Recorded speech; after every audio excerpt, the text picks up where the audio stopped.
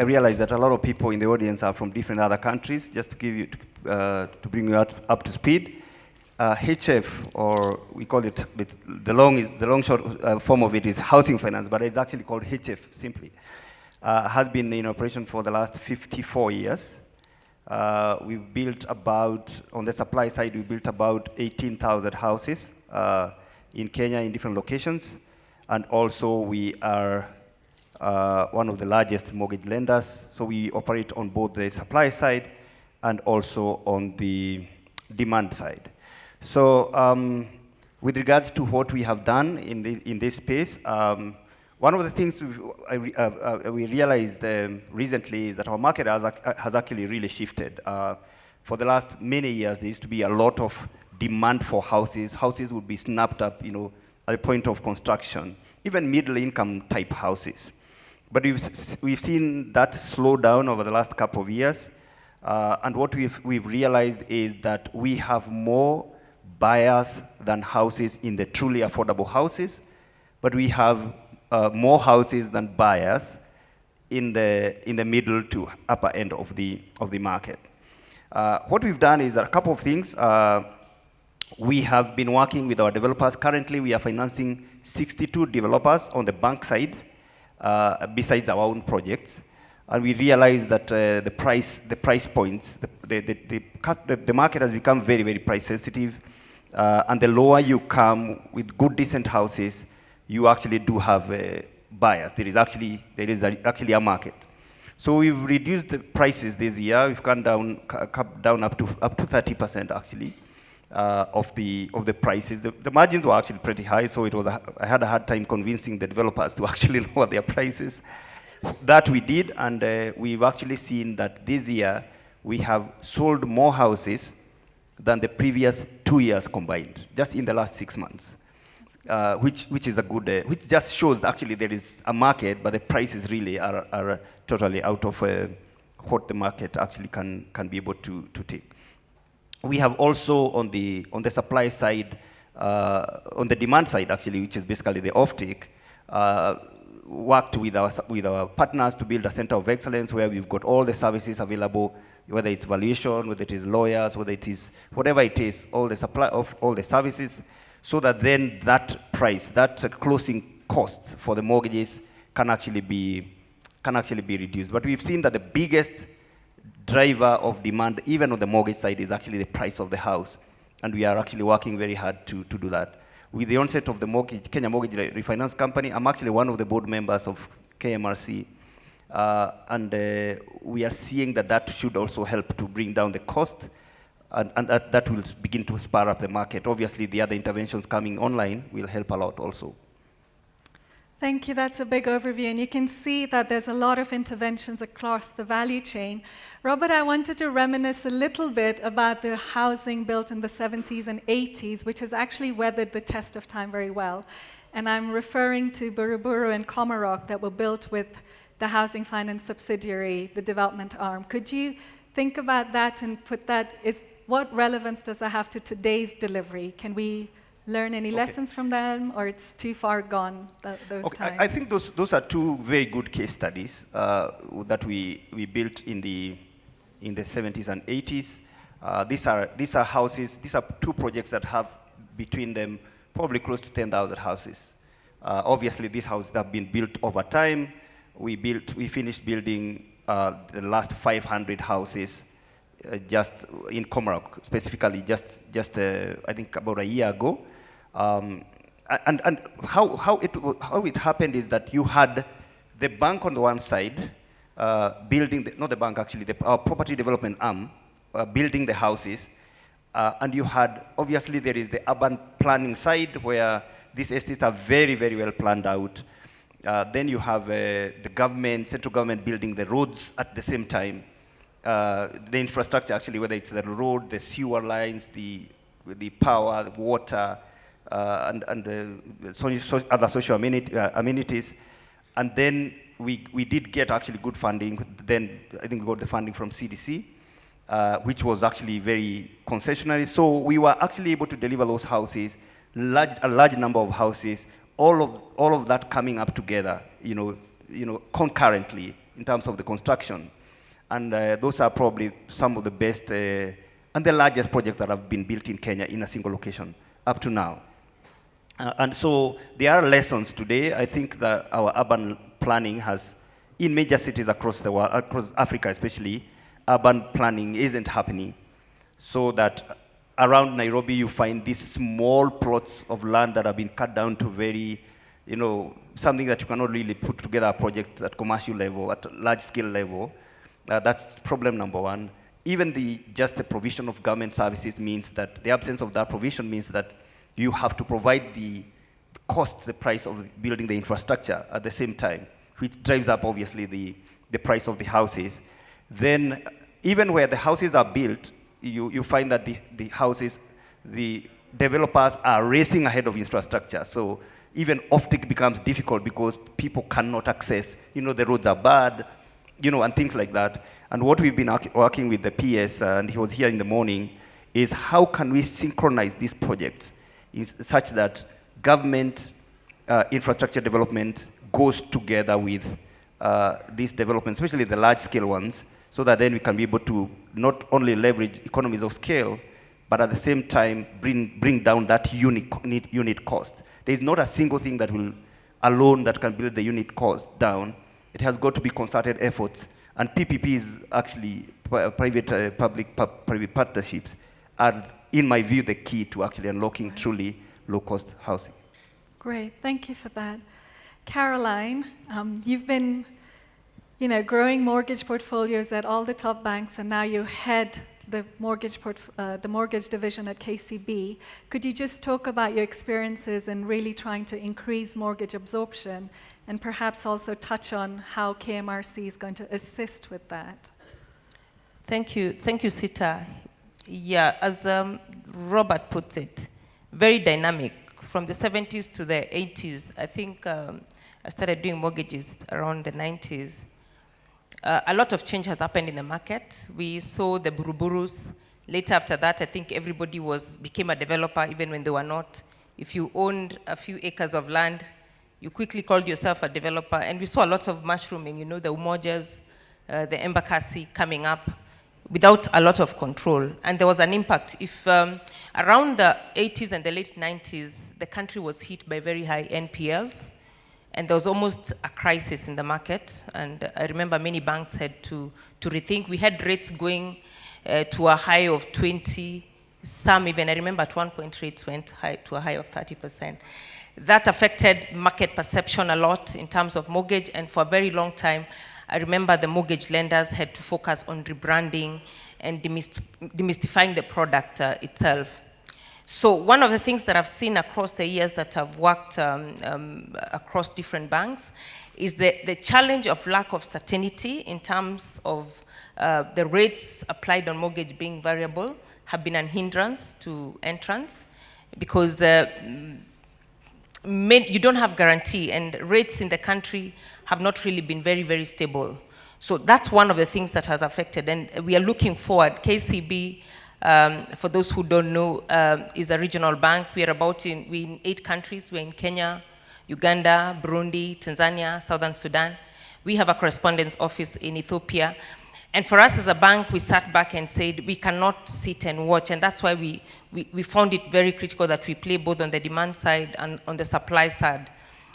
We were actually one of the first banks to get into KMRC, because for us, we see the catalytic effect of, if we can get more players in there, if more institutions can take the risk, the way HF and KCB have done, then we can grow the mortgage market. It's embarrassing to talk about 26,000 mortgages.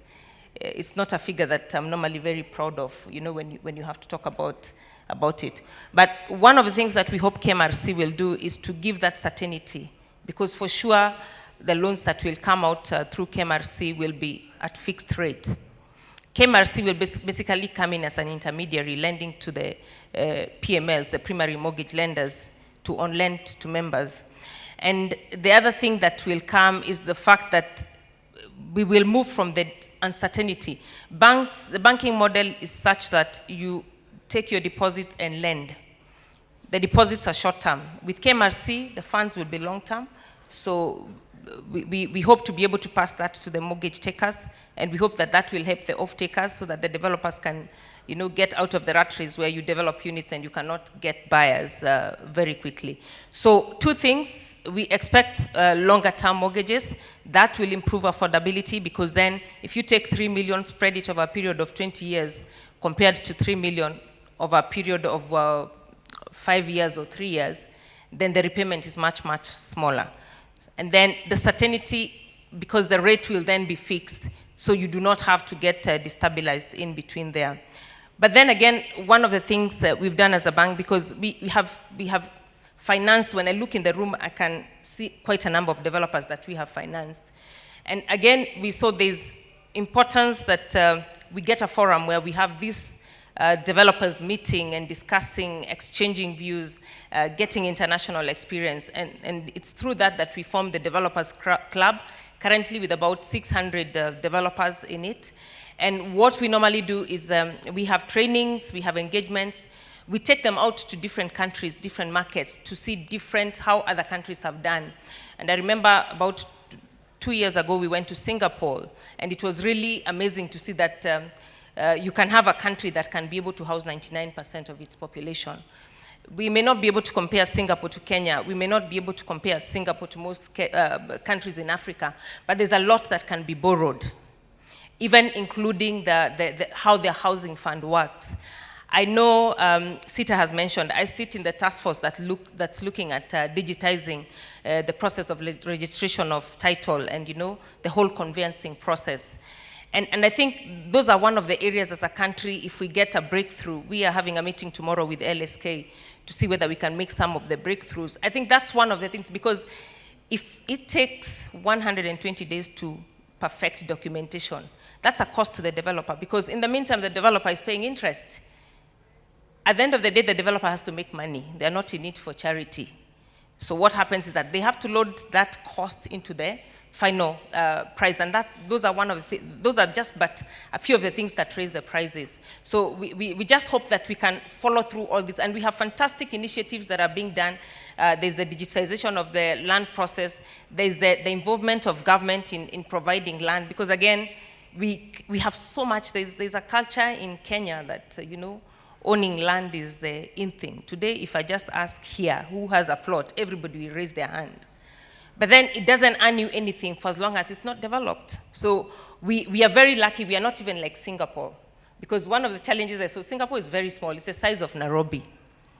So probably it's even the wrong country to compare. But you can imagine they've had to think of investment underground, several levels to be able to house the population. But we have the opportunity. We have land.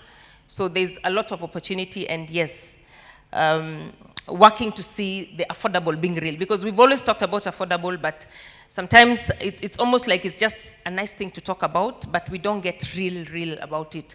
And it's good that these conversations are happening so that we ask ourselves the hard questions and really define what is affordable, what is achievable for Kenya, what is achievable for Africa, so that we start localizing it and getting into getting it done. Thank you for all those comments. Lorraine, you're with Triple Jump, and you have a microbuild fund. Please talk us through the mandate, the parameters, and how it's really fared in this region versus globally. Okay. Thank you, Sita, and good afternoon, everyone. So the microbuild fund is, total assets under management are $100 million.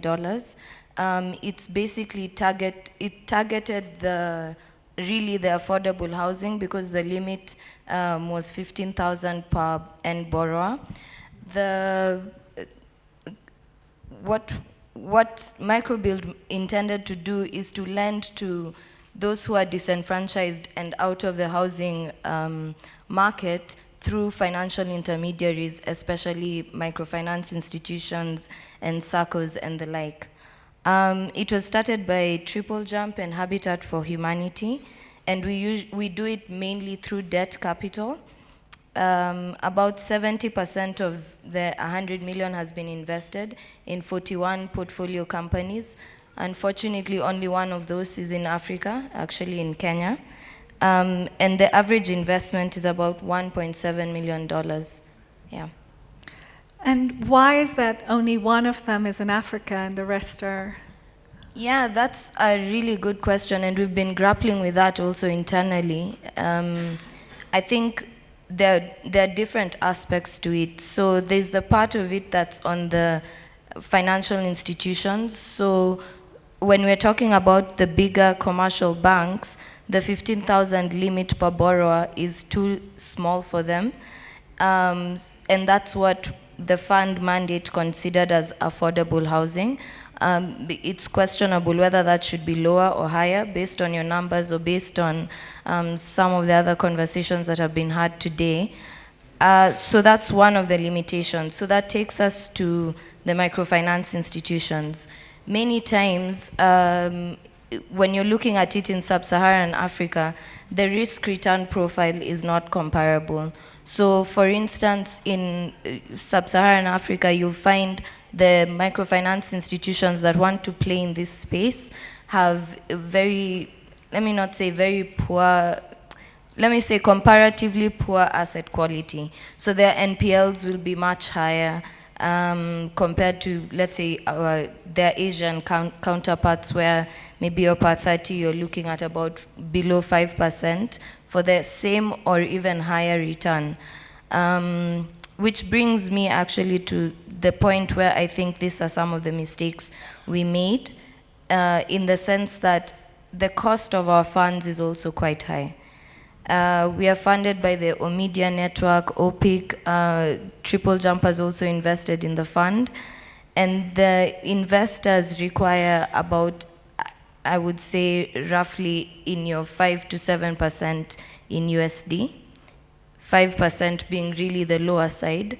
Once you translate that into local currency and you hedge it, because we don't want the MFIs to take on the FX risk, where, like in Kenya, we are talking close to 15 to 17%.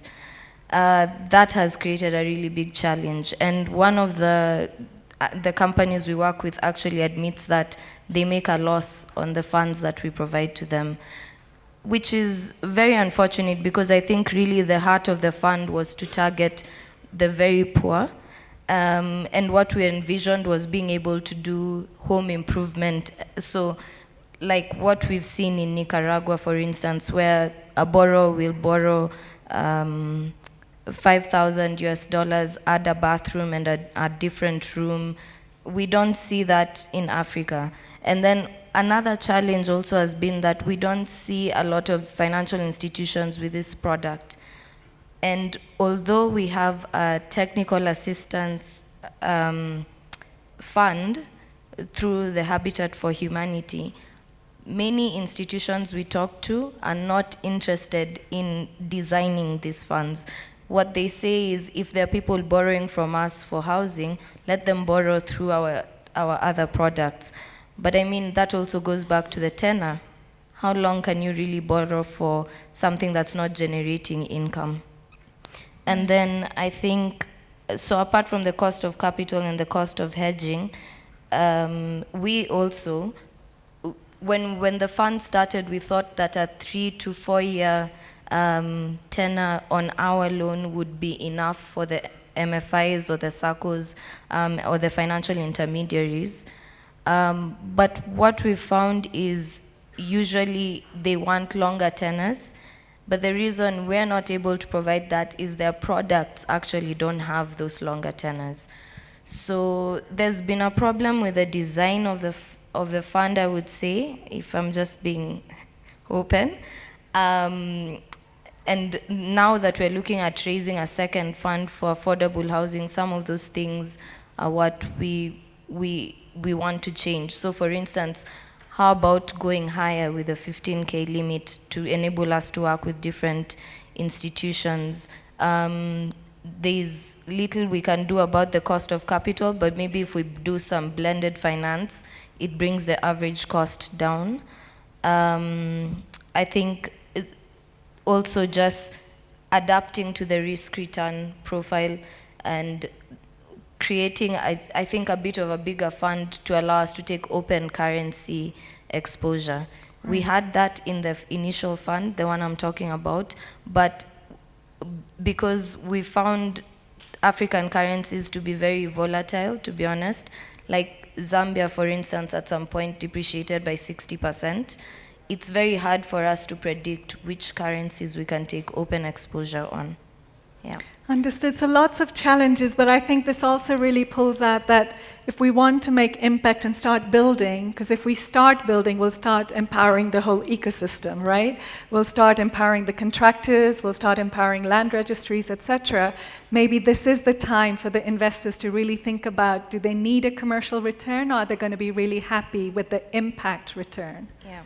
And I think also another thing for other impact investors in the room is to consider funding different points of the value chain. So we looked only at financial intermediaries, and even in that we were looking at a small segment, but now consider funding developers, contractors, commercial banks, and for instance, people with land banks and things like that. Right. Yeah. Thank you for that. So Robert, coming back to you, HF has a land bank. What are your opinions on the way the government has structured the offtake for HF to participate, vigorously as a developer? How should it be structured? The PS said this morning, it's a program where they're listening, they're taking feedback, and what would your thoughts be? Okay. First of all, let me say, yeah, it's true. We do have HF. The fact that we've come those many years, we have significant land banks. I think that the government has made very good progress, and I think we are also quite lucky to have a very progressive team at the Minister of Housing, at the Minister of, it's a long name actually, it's there, Minister of Transport, Infrastructure, Housing and Urban Development, particularly the PS who was here today, Charles. And we've made progress because there is, a lot of us who've been in this industry for a long time have been toughing it out, on our own, and we've made significant success, in these areas. Coming, to what you asked about the housing fund, how it's been structured. The proposal that has actually now gotten into a bit of headwinds is that the government was proposed to, actually it's a law that requires employees of companies to contribute 1.5% of their income to this fund, National Housing Fund, and also the employers to match the same amount. And this money would get into a fund, and that fund then would provide offtake guarantees to developers who develop low-cost houses. And these houses, there is a whole specification as to what house can you build for it to actually qualify for to be an affordable house and to be admitted as part of this program. I think in principle that would have worked quite well, because I think one of the biggest challenges that most developers have had is you complete a project, and because you've got a loan, you've got financing either from a bank or whatever source, obviously if the offtake takes very long, you can actually find yourself underwater, even in a period as short as 2 years. Just within 2 years, you can have all your margins actually eaten up by finance costs. So what the government is proposing to give that off-taker guarantee to the developers is actually quite useful, would actually be quite useful because for two reasons. First of all, market risk would have been significantly diminished, but also with an off-take guarantee, then you can actually be able to get cheap funding from even external sources. Because a lot of the financiers into this space are more worried about exit. They are very worried about exit. And if the exit time is actually more or less assured, then the cost, then the funding, even pricing would actually be lower. And that removes a lot of uncertainty from that in that process. However, we are where we are right now. The matter is in court, so I can't comment about its merits and the demerits. But my personal view, generally speaking, is that besides this off-take guarantee, I think that having a fund on the on the supply side, similar to the Kenya Mortgage Refinance Company on the demand side, is going to be immensely useful. Kenya Mortgage Refinance Company is moving on very quickly ahead. I think we should be able to be operational because we've made significant progress. But sorting out the demand side won't help because we are not going to have these houses. And I've said, HF has had some houses in that space where we have a queue of people waiting. And so the houses that we have developed are actually not enough. Right. But then so those houses are actually, those low-cost houses in this market are actually not there in terms of the way they are envisaged, in terms of the cost and all that. So there is urgent need, therefore, to sort out the supply side of things. I think having a fund helps. You talked about the VAT. I think that's a bit longer term because that takes, there is a whole of planning that needs to happen in the government. But just either an OFTI guarantee or establishing a fund or even just fixing the macros around, that bog down the supply side is also going to be very, very helpful, including whether it's infrastructure or things like the inefficiencies around the land office that Caroline talked about. Then there is obviously the government crowding out, developers. Well, you've touched on we'll something talk about very that a little important. bit. We'll talk about that a bit later. No, I think you've touched on something. What do you mean by government crowding out private sector? I think some of us may not pick it. Could you just elaborate? See, government, many governments in Africa are obviously playing in the, more or less the same space as whether it's SMEs or developers are, because what happens is that our government, for instance, has been very cash hungry. So you've got this, been totally mopping out liquidity from the market in most instances, and that because we are in a rate-capped environment, most banks are actually finding it easier to invest in government paper than to actually lend to the SMEs or developers of houses and all that. That means then that if, for instance, government paper, 15-year money is priced at probably 12.5% to 13%, and the interest rates are capped at 13%, then obviously it's a no-brainer. Most financial institutions will actually take that money. And also the government is really taking up that cash. But it just brings us to what you mentioned. You had good funding from CDC when you delivered Komarok and Buruburu.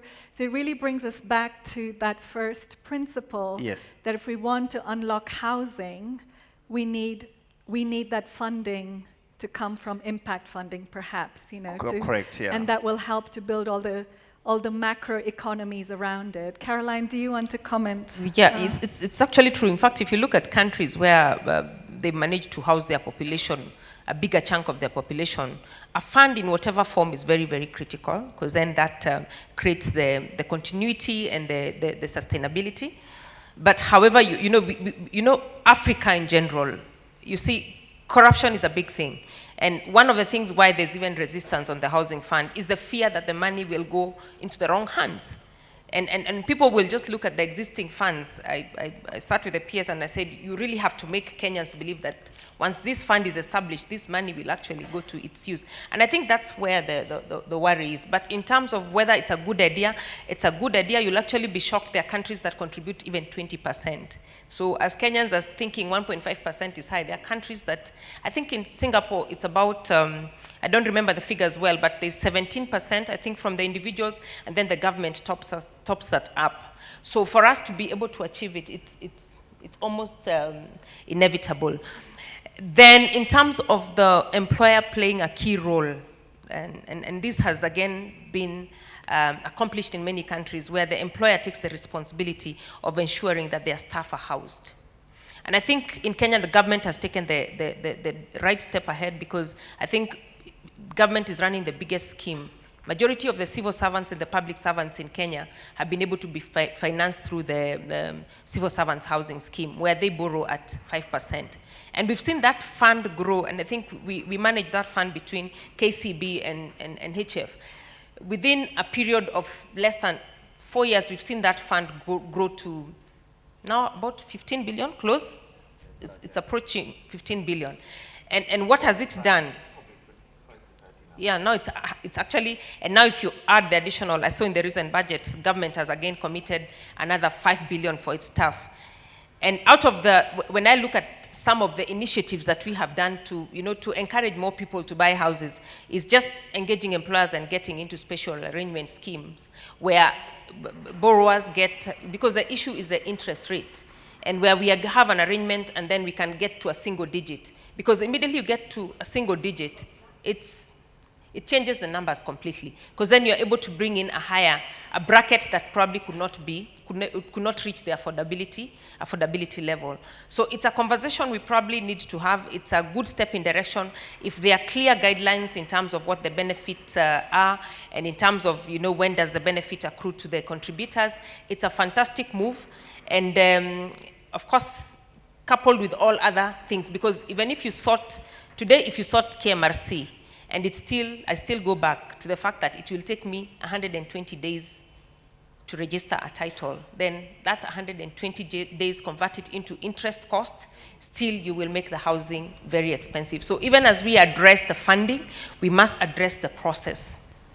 Digitization is a very, very big hit. I know the Law Society of Kenya has gone to court, and I think people need to sit around the table and ask themselves what's the win. Because just as Robert says, what does an investor want? They want a quick exit. So I will not come in and put money and then you're telling me it will take 120 days. There are some that take even 360 days before you can transfer a title from one person to another. There's no investor that will have that patience, not even the CDCs of this world. So if I can just complement what you're saying, that I think a big win of the government was the housing fund is ring-fenced. And there are not many ring-fenced funds. And they even state in their regulations what the administration fee will be. So the PS is trying very hard to convince people that this will be used for housing. Perhaps, maybe it just needs a lot more public engagement, stakeholder engagement on how these funds will be used and what happens if you're not allocated a house. Do you have any comments on that? If you're contributing and you're not allocated a house, what would happen to your contributions, or how should it be designed? Or Okay, currently the way it's been structured, if you don't benefit, because then it's targeting a certain income bracket group, if you don't benefit, it just works like your pension, the same way you'd still access your pension at the end. With the same terms. So it's being treated as pension. So you'd still benefit. You won't get it in form of a house. But once you retire or you choose to take early retirement, then you can draw it out as pension funds. Right, so it needs a lot more public. Lorraine, you have something to... Yeah, just a comment, and I fully agree. It is an issue of trust. And even the way it was rolled out, if you ask me, it looked like it was just employees being told we're taking out 1.5% and it will be on a lottery. The government also needs to get around the bad PR, because once there are memes and everything, unfortunately, that's how people get their news. People already have a bad connotation or a bad impression of it. So even getting the public buy-in, especially in a time when there is so much corruption, is going to be so difficult. Right. But I think what was most telling to me was how the PS said, I need help to get the VAT exemption. So even he doesn't control what he'd like from government. And perhaps after these 2 days, and this is just an event, a particular event, but it's really on us as private sector to lobby harder for this is how we can structure it, because the PS is open to discussion, and this is what we need. I'd like to ask Lorraine to wear a very different hat.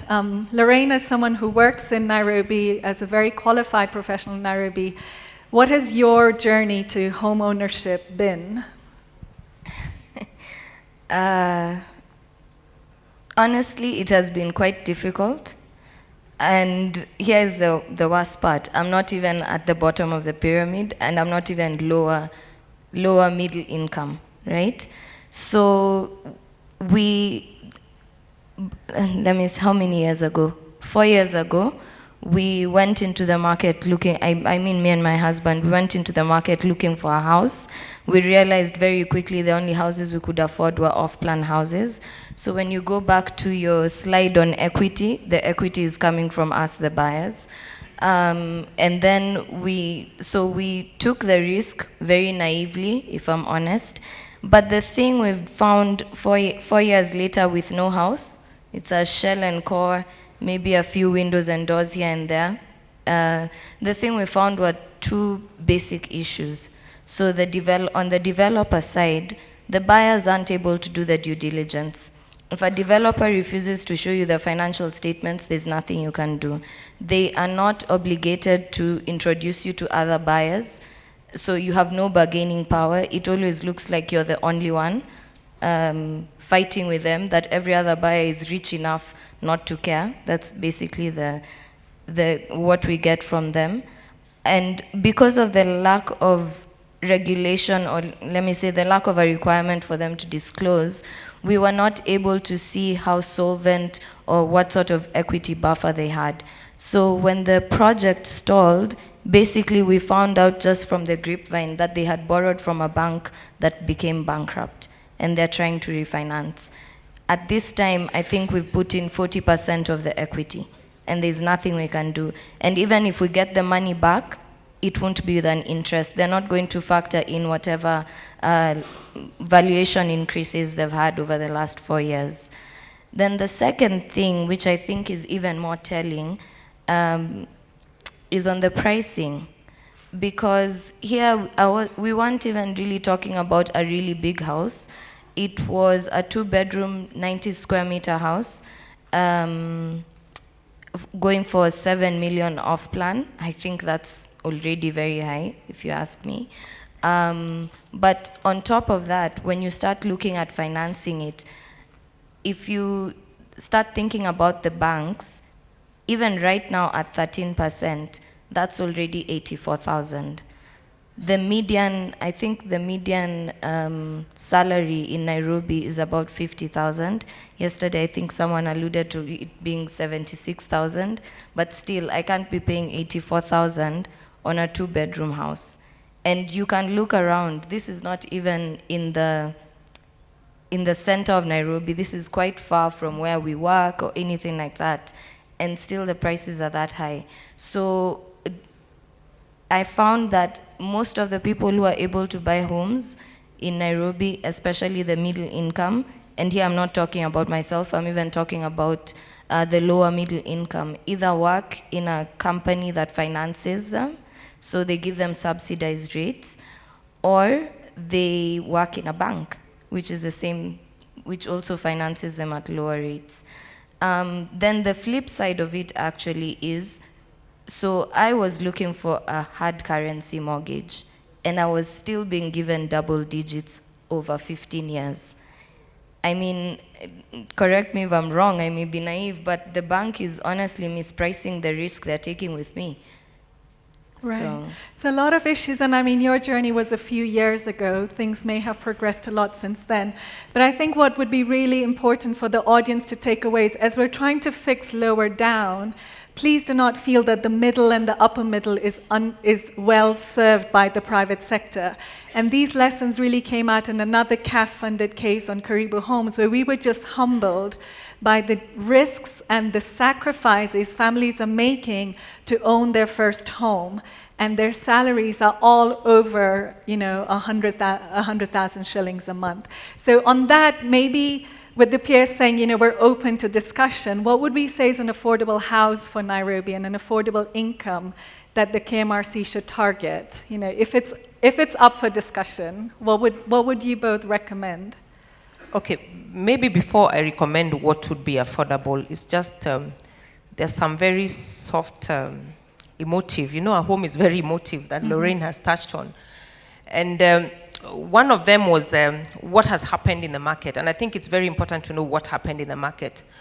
The developers played very well in the upper space because the returns were sweet.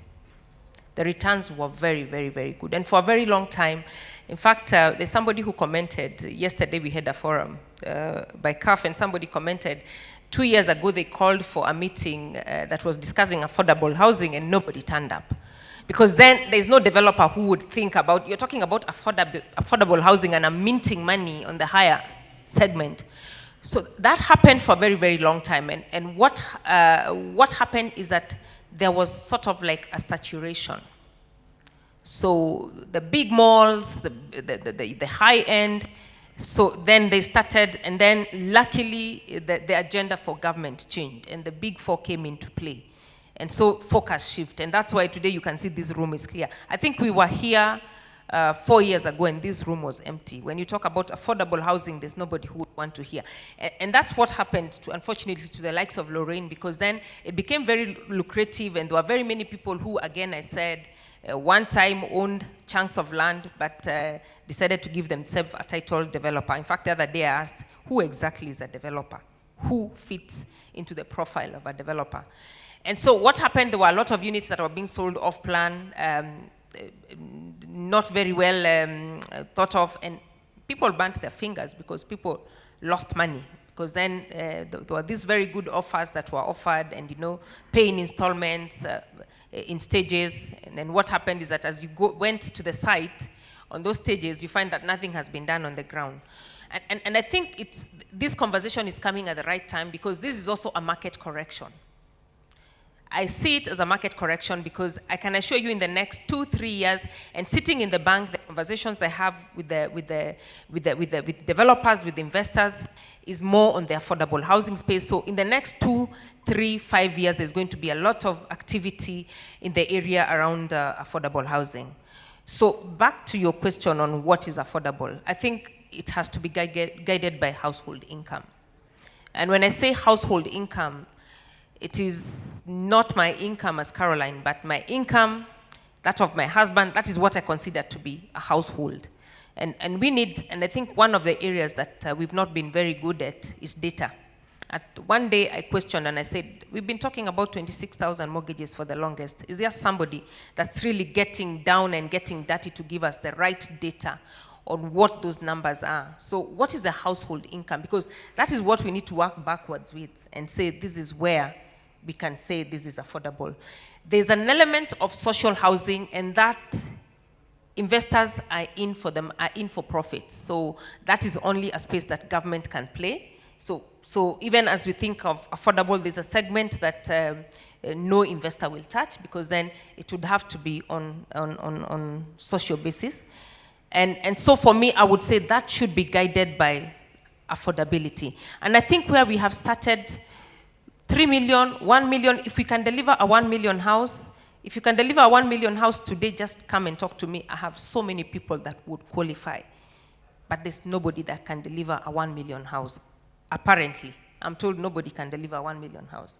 But if you can deliver a 1 million, is it the $10,000? Let me put it in dollars so that it's clear. $10,000 house. And when you say affordable, there's somebody who came in front and said affordable is not about really squeezing so much. So if you can balance between squeezing the square meters that you're offering and the size, because then if I have a family of 2, clearly I will not be able to squeeze in a 15 square meter house. So if that can be balanced out, and I think all options need to be looked at. Alternative building materials, do we need to work on our building code, which again is restrictive in terms of what materials insurance companies can take and can insure, because the last time when I checked, if we did timber houses, we'll get into trouble with insurance, because our building code is as old as 1967, and we are still making reference to the same document in Kenya. Robert, do you have anything to add about the pricing? Just first of all, just to address, this whole issue of developers not completing houses. Obviously, some of them are outright scamsters. We've had cases where it's pure scams. But there are some well-meaning developers who actually probably just ran out of cash at some point. One of the things I've seen is actually a failure of the financiers, the banks actually. Because lending for house development, you can't just dish out cash, go build the houses. For us as HF, what we've done is that we've built a whole, expertise around how do you then monitor from scratch. So we've got project managers, you've got QSAs, we've got engineers, and actually in-house people who actually do monitor the progress of, as the houses are coming up. So out of the 62 very large, we've got many projects, but the very large ones are 62 of them. None of them is actually stalled, because we then tracked, those projects all the way, and we hold the developers accountable not just to quality, delivering a quality house, but also making sure that they channel the funds into the actual development. Because what we've seen is that a lot of people divert their money. But would like the payments from cash buyers, would that come through an escrow through you? Yes. So Okay, if a so developer that's is going to do off-plan sales, for instance, sale before you break ground, then you have to channel all funds to the bank, and we have to see. And then we approve disbursements and Great. track that money goes to the actual construction of the houses. And because what happens is that when developers see that they are not going to make money in a project, some of them cash out, Right. and decide to take their profit early. So that's probably Yeah, one of it's the all- areas. So we'll open it up to the audience. Please, if anyone has questions, just introduce yourself. And could we have you, sir, in front? Someone at the back then. Maybe we can take 3 questions together and they will be answered together.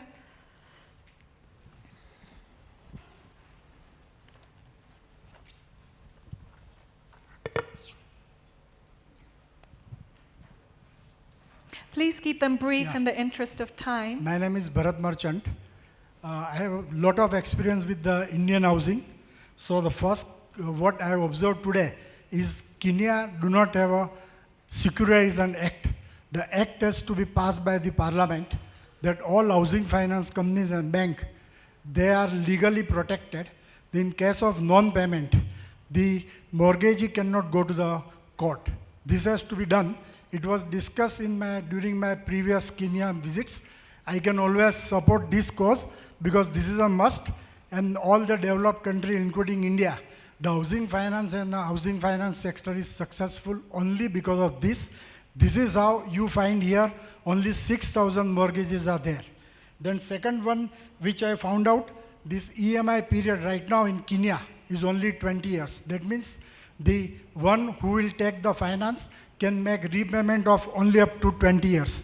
The India has lately gone up to 75 years, but for Kenya I suggest 40 years. When I say 75 years, the period is covered by the insurance company. For Kenya, if it is 40 years, the question will come down.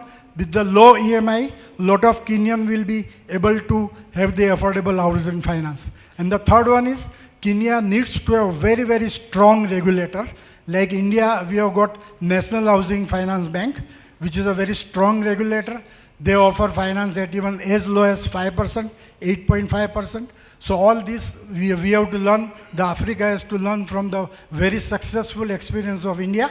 And audience are all welcome. If anybody wants to know this, I am always available. Thank you. Thank you. We'll take 2 more questions and then turn it over to the panel.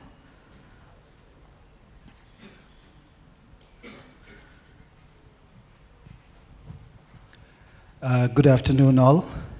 Thank you to the very good, able panelists. I have only 2 questions, and these questions go to the 3 panelists we have. My name is John Daniel Thiongo from Nanyuki.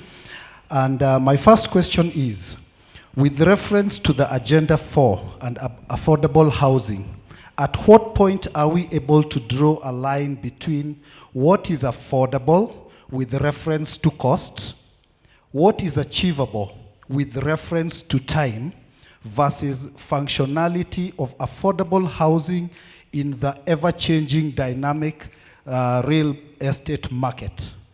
Now, my second question is, affordable housing in Kenya only pegged to the employed individual needs?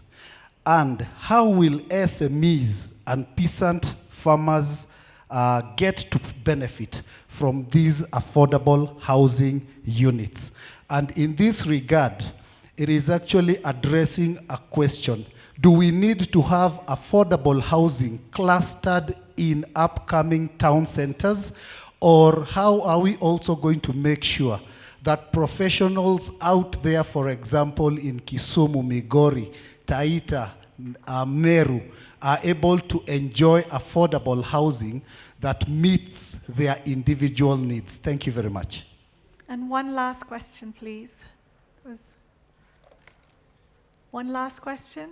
There's one right here. Oh, sorry. My name is Mukhtar Muhammad Umar. I'm from Nigeria. This issue of infrastructure, I want to know who exactly is responsible for it. Is it the developer or the government as a social responsibility? Okay, we'll take all those questions, please. I think as you feel.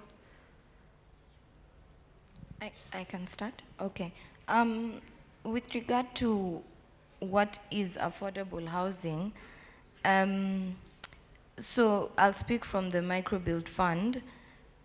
In many cases, we've found that in rural areas, the 15,000 or the 10 to 15,000 USD or 1 million to 1.5 million is adequate.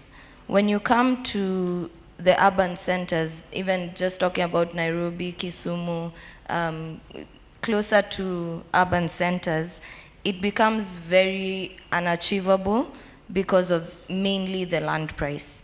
And what at least the financial intermediaries with what we've worked with have found that someone who can borrow the 1.5 million is likely not going to even have the title for the land. So when we're talking about affordable housing, it really is a question of cost, coming down to how can we get it to the 10,000 to 15,000 mark, if you ask me. Thank you very much. Burchan from India, thank you for the good insights. And I think we will see what we can borrow. Actually, in October, we are bringing a group of about 100 developers to India. So it would be very good to see what are the best practices we can get, because indeed we don't need to re-engineer the wheel where we can borrow on best practice. I also hear you on generational mortgages. Just to give a brief as a country, and let me speak for Kenya. We operate in the other countries, Uganda, Tanzania, but the mortgage book sizes are much, much smaller. So I will talk more about Kenya. The Kenyan mortgage market is still, I would call it, is still in its virgin. We are hardly, in fact, we've not, it's only now with the introduction of KMRC that we are going to start participating in the secondary mortgage market. With that now, we hope that that will be the first step. So I would still say Kenya is a very virgin, and for any investor, Kenya is very virgin in terms of the development of the mortgage market. And so there's a lot of innovation, open to innovation, and new product propositions that can help us get to the next level. So yes, any suggestions in terms of where we can play on the secondary mortgage market is welcome. And I hear you on generational mortgages. We are not yet there. I don't think there's any financial institution that's offering that in the country, and would be good to get insights from you. On the agenda for water affordability is a very big subject. And I think many people have mentioned very many things. And one of the things you'll start asking yourself is what drives affordability? And there are different factors that drive affordability. One is the cost of land. And if I narrow down to cost of land, what will make land prices just fluctuate, just like that? In Kenya, there's a lot of speculation. And because we don't have legislation around holding idle land, and there are no tax punishments if you hold idle land, speculation is encouraged, speculation is fed. So we need to have legislation around holding idle land, and in terms of how much chunks of land you can be allowed to hold and it's not having any developmental value. There's somebody from Nigeria mentioned whose work is it to put infrastructure? And the bank sits in KPDA, Kenya Property Developers Association, and I can assure one of the things that developers in this room will tell you is that as they do the development, they have to do the infrastructure in most of the cases. And what happens is that that cost then is passed on to the unit. So again, if government can do its role, provide the infrastructure, and leave the developer to do the development, then affordability can be achieved. So we're- Affordability is also in the whole process of acquiring a property. You know, there's legal fees, there's valuation. We do valuation for stamp duty purposes. We do another valuation for lending purposes. So in the task force that has been put is to just have a one-stop, so that if we have one valuation, can we have one valuation that's in the portal that can be used by everyone? Yeah, if it is legal, the mortgage contract is a standard document. So why do we have each lawyer drawing a different mortgage contract and charging, please lawyers don't shoot me, and charging, you know, because all that again adds up into, and then the banks, can they bite a bullet and not make so much and realize that housing is just dignity? You're providing, it's a basic need, yeah? It's pure dignity, yeah. So Thank you, affordability is Carol. a very big subject. Thank you. And Robert, some closing remarks from you. Very, very quick one. So I particularly like the example of India, especially on mortgage protection. It takes probably between 1 to 3 years to realize security if you have got a mortgage defaulter. And that obviously eventually adds to the collection cost, and obviously eventually adds to the price of the mortgage. And then of course having a regulator, specifically for housing, is actually probably something we need to borrow. With regards to what's affordable and what's not, it depends on who you ask. But for me, I think for a place like Nairobi, I think anything up to 5 million is probably what you can classify up to affordable, and in the upcountry towns, probably up to 3 million. Who is responsible for infrastructure? Actually, the government. However, they don't often come through, and usually developments race ahead of government in terms of infrastructure provision, and that is adding probably up to, in my estimation, probably 5-6% of the depending on how much infrastructure you have to put up before you know in a project. So thank you very much. Sorry, Sita, and just Yeah. to cover on the person who asked about SMEs and the other segment that is not employed, in fact, what government is working on is to have clusters. I know the Matatu people have formed themselves. It's just having a body that is legal. So they have formed themselves, the motorbike guys are also forming themselves, and very soon, as I said, you'll see a lot of activity in this sector. You'll also start seeing banks introducing products that are targeting all the segments on the affordable housing segment space. So we do hope in the next few years, Nairobi and Kenya will be transformed with more delivery. And thank you to our esteemed panelists.